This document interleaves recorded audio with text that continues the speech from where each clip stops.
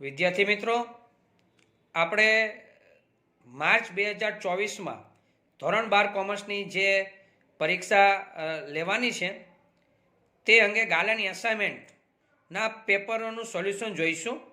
આંકડાશાસ્ત્ર વિષયની અંદર આપણે દરેક વિભાગ વાઇઝ સોલ્યુશન જોઈશું. તો ચાલો વિદ્યાર્થી મિત્રો સ્ટાર્ટ કરીએ. એક્ટિવ એજ્યુકેશનના સથવારે ગાલા અસાઇનમેન્ટ વિષય આંકડાશાસ્ત્રનું સોલ્યુશન. આંકડાશાસ્ત્ર પ્રશ્નપત્ર 4 ના વિભાગ એનું સોલ્યુશન આજના વિડીયોની અંદર આપણે જોઈશું. પહેલો પ્રશ્ન છે, એક વસ્તુનો ભાવ આધાર વર્ષની સરખામણીમાં ચાલુ વર્ષમાં 4.5 ગણો વધે છે તો ભાવ સૂચકાંક કેટલો થાય? તો અહીંયા અતિ અગત્યનું છે. મોટાભાગે 4.5 ગણો વધે એટલે 450 લખે, પણ બે શબ્દ અતિ અગત્યના છે, ગણો અને વધે. ગણો એટલે શું? તો 4.5 ગુણ્યા 100 કરવાના, અને વધે એટલે શું? તો કે +100 કરવાના. બરાબર? તો 4.5 ગણો એટલે કે 4.5 ગણો એટલે ગુણ્યા 100 એટલે 450 થાય, અને વધે છે એટલે +100 550. તો આપણો જવાબ આવશે 550. તો જવાબ 550 એટલે કે અહીંયા સી ઓપ્શન આપણો જવાબ આવશે. હવે બીજો પ્રશ્ન છે, ચલ રાશિની કિંમતમાં થતા લાંબા ગાળાના ફેરફારોની સરખામણી માટે કઈ રીત ઉપયોગી છે? ઓકે, આ તો થિયરીનો પ્રશ્ન છે. લાંબા ગાળા માટે કે તો અચલ આધારની રીત એટલે કાર્ય સી ઓપ્શન અહીંયા છે, અચલ આધારની રીત. ત્રીજો પ્રશ્ન છે, વિકર્ણ આકૃતિમાં બધા જ બિંદુઓ એક જ સુરેખા પર આવેલા હોય તો આની કિંમત શું થાય? સુરેખા એટલે સીધી લીટી પર, વિકર્ણ આકૃતિ એટલે શું? દાખલા તરીકે આલેખ હોય સીધી લીટીમાં આ રીતે બિંદુ હોઈ શકે છે, અથવા તો બની શકે આને પણ સીધી લીટીમાં જ કહેવાય. બરાબર છે? તો બંને જવાબ આવી શકે છે, +1 અને -1. તો આપણો ઓપ્શન છે બી ઓપ્શન છે, 1 અથવા -1. કા સંપૂર્ણ ધન અને કા સંપૂર્ણ ઋણ સંબંધ હોઈ શકે છે. ચોથો પ્રશ્ન, કાર્લ પિયર્સનના સહસંબંધક ગણવામાં સૂત્રમાં અંશ શું દર્શાવે છે? તો કાર્લ પિયર્સનનું સૂત્ર આપને આવડતું હોય તો ખ્યાલ આવશે કે x અને y નું વિચરણ એટલે કે વિચરણોનો ગુણાકાર. તો અહીંયા આવશે બી ઓપ્શન, x અને y નું સહવિચરણ. જો x અને y ના વિચરણનો ગુણાકાર ને x અને y નું સહ એટલે કોવેરિએશન, સહવિચરણ. પાંચમો, નિયત સંબંધ પદનો ઉપયોગ સૌપ્રથમ ક્યાં આંકડાશાસ્ત્રીએ કર્યો હતો? આ તો ટેક્સ્ટ બુકની અંદર સંપૂર્ણ આપેલો છે. નિયત સંબંધ પદનો ઉપયોગ સૌપ્રથમ ક્યાં આંકડાશાસ્ત્રીએ કર્યો હતો? ત્રીજું ચેપ્ટર છે. તો અહીંયા આવશે થિયરી તરીકે બી ઓપ્શન, સર ફ્રાન્સિસ ગાલ્ટન. એને સૌપ્રથમ આંકડાશાસ્ત્ર નિયત સંબંધનો ઉપયોગ કર્યો હતો. છઠ્ઠું છે, u બરાબર x - 15/10 અને v બરાબર y - 50/2 હોય તો byx જો 7.5 હોય, byx એટલે કે b 7.5 હોય તો bvu ની કિંમત શોધો. ઓકે, તો એના માટે આપણે સૂત્ર ખ્યાલ હોવું જોઈએ. તો સૂત્ર કયું મૂકી શકાય? જોજો ખાસ. હકીકતમાં byx નું સૂત્ર જે છે ને ઓરિજિનલ એ લખું છું કે ભાઈ bvu ગુણ્યા cy/cx આવું સૂત્ર છે. પણ bvu શોધવું છે આપણે, એટલે સૂત્ર આવું થાય કે ભાઈ bvu બરાબર આ byx છેદમાં છે એ અંશમાં જશે અને અંશમાં છે એ છેદમાં જશે. તો byx રકમની અંદર તમને આપી દીધું છે, એ છે 7.5. cx અને cy એટલે શું? જ્યાં x નો ઉપયોગ થયો એનો છેદ એ cx છે, જ્યાં y નો ઉપયોગ થયો છે એનો છેદ એ cy છે. તો 10/2, 10/2, 2 5 10, 7.5 ગુણ્યા 5 એટલે 7 5 35, 36 37 અને 37.5. તો આપણો જવાબ આવશે 37.5. તો કેટલામો ઓપ્શન છે? C option. સાતમું, નવી ટેકનોલોજીને કારણે કોઈપણ વસ્તુની માંગમાં થતો અસાધારણ ફેરફાર સામયિક શ્રેણીનો કયો ઘટક કહેવાય છે? તો નવી ટેકનોલોજી આવે તો નવી ટેકનોલોજી દર વર્ષે નથી આવવાની, લાંબા સમયગાળે કોઈ પણ ટેકનોલોજી બદલતી હોય તો એને કહેવાય એ ઓપ્શન દીર્ઘકાલીન ઘટક. 8મું, સામયિક શ્રેણીના કયા ઘટકનું અનુમાન મેળવવું અશક્ય હોય છે? સામયિક શ્રેણીના કયા ઘટકનું અનુમાન મેળવવું કે જેનો અંદાજ ના લગાડી શકાય? તો એ છે યાદચ્છિક ઘટક, કે ગમે ત્યારે આવી શકે કોઈ પણ ઘટના, કે ભૂકંપ છે, હોનાર છે, અતિવૃષ્ટિ છે વગેરે ગમે ત્યારે આવી શકે, હડતાલ છે, એને યાદચ્છિક ઘટક તરીકે ઓળખવામાં આવે છે. 9મું, 6 બાજુવાળા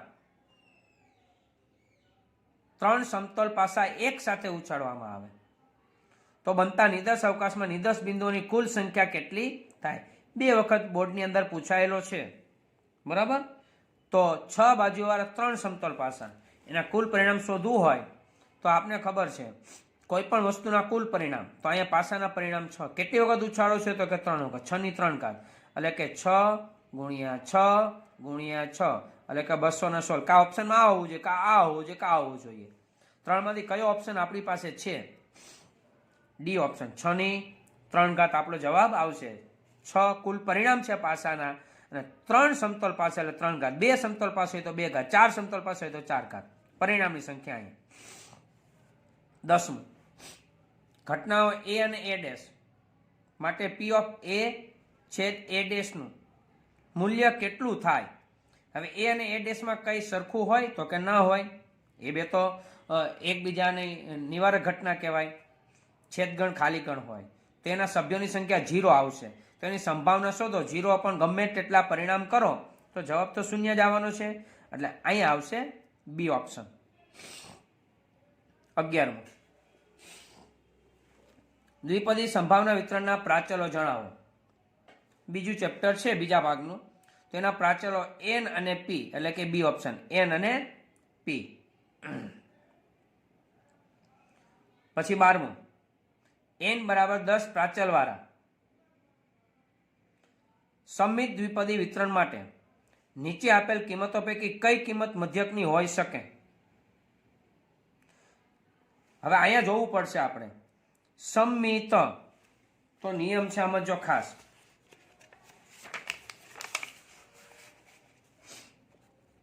P બરાબર 1/2 આવે તો સમમિત થાય.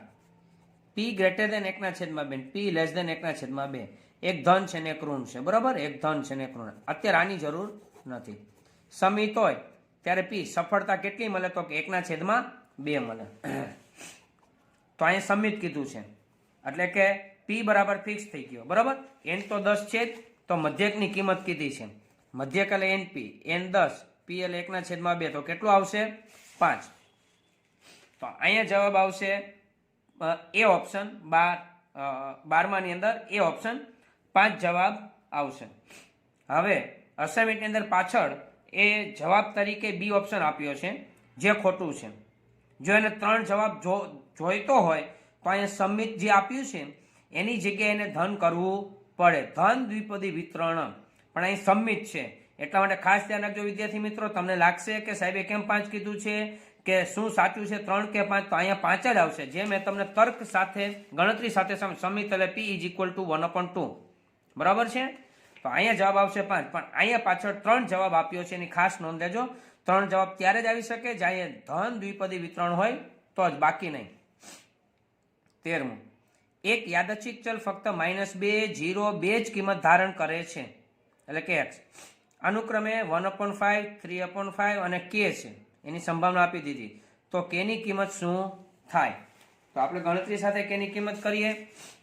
હવે આપણે ખબર છે x બરાબર અહીંયા -2, 0 અને 2 આપ્યું છે. એની p ઓફ x સંભાવના આપી છે 1/5, 3/5 અને k. તો k ની કિંમત શોધવાની કીધી છે. નિયમ પ્રમાણે સિગ્મા p ઓફ x બરાબર 1 થાય, બરાબર? એટલે કે 1/5 પ્લસ 3/5 પ્લસ k બરાબર કેટલું થશે? 1. લસા લઈએ 5. આના છેદમાં 5 હતું જ, આના છેદમાં 5 હતું, આને 5 વડે ગુણવા પડે, 5k બરાબર 1. 5 છેદમાં છે 5 એકુ 5. અહીંયા 3 ને કેટલા થશે? 4 પ્લસ 5k. 4 પ્લસ છે, સામે જાય તો માઇનસ, 5માંથી 1 જાય તો 5માંથી 4 જાય તો 1. કે ભેગા 5 ગુણાકારમાં છે, સામે જાય તો ભાગાકારમાં. તો k ઇઝ ઇક્વલ ટુ 1/5 એટલે કે 1/5. એ ઓપ્શન આપણો જવાબ આવશે. 14મું, એક પ્રમાણે ચલનું વિતરણ n 20 4 વડે દર્શાવવામાં આવ્યું હોય તો 99.73% અવલોકનો નીચેના પૈકી કયા અંતરાળમાં હશે? હવે ખાસ અહીંયા પણ થિયરી સમજીશું, સૂત્ર દ્વારા આપણે સોલ્યુશન કરીએ. પ્રમાણે વિતરણનું લખવાની રીત હકીકતમાં આવું છે, n મ્યુ અલ્પવિરામ સિગ્મા સ્ક્વેર. આ એનું પ્રમાણિત સ્વરૂપ કહી શકાય. અહીંયા આપણે આપ્યું છે n 20 4. આ બે વચ્ચે ઇક્વલનો સંબંધ આપણે સ્થાપિત કરીએ તો મ્યુ એટલે મધ્ય કેટલો છે તો કે 20, એટલે કે મ્યુ બરાબર 20. સિગ્મા સ્ક્વેર કેટલો છે તો કે 4. તેથી સિગ્મા કેટલો થાય તો કે વર્ગમૂળ 2 થાય. હવે 99.73%, તો આપને એ ખ્યાલ હોવો જોઈએ mu plus or minus 3 sigma, બરાબર. તો મ્યુ એટલે 20, પછી માઇનસ 3 સિગ્મા, સિગ્મા એટલે 2 3 6 થી 20 પ્લસ 6, 20માંથી 6 જાય તો 14 અને 20 ને 6 26, 14 થી 26 આ આપણો જવાબ આવશે. તો કયો છે? અચ્છા, સી ઓપ્શન, 14 થી 26. 5મું, પ્રમાણીય વક્ર હેઠળનું કુલ ક્ષેત્રફળ નીચેના પૈકી કયું છે? આખું પ્રમાણીય વક્ર એટલે આપણે જે દોરીએ છીએ પ્રમાણીય વક્ર, આનું જે ક્ષેત્રફળ છે કેટલું થાય તો કે 1. કેટલું થાય? વચ્ચોવચ્ચી આ બાજુ 0.5, આ બાજુ 0.5 જ થાય, એટલે કે 1 ક્ષેત્રફળ થશે. સી ઓપ્શન આવશે. પ્રમાણીય વિતરણના સંભાવના ઘટતો વિધેયમાં એની કિંમત કેટલી થાય?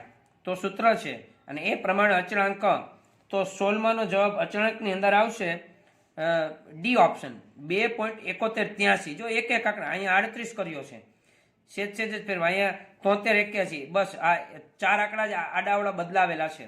તો અહીંયા જવાબ આવશે ડી ઓપ્શન, 2.7183.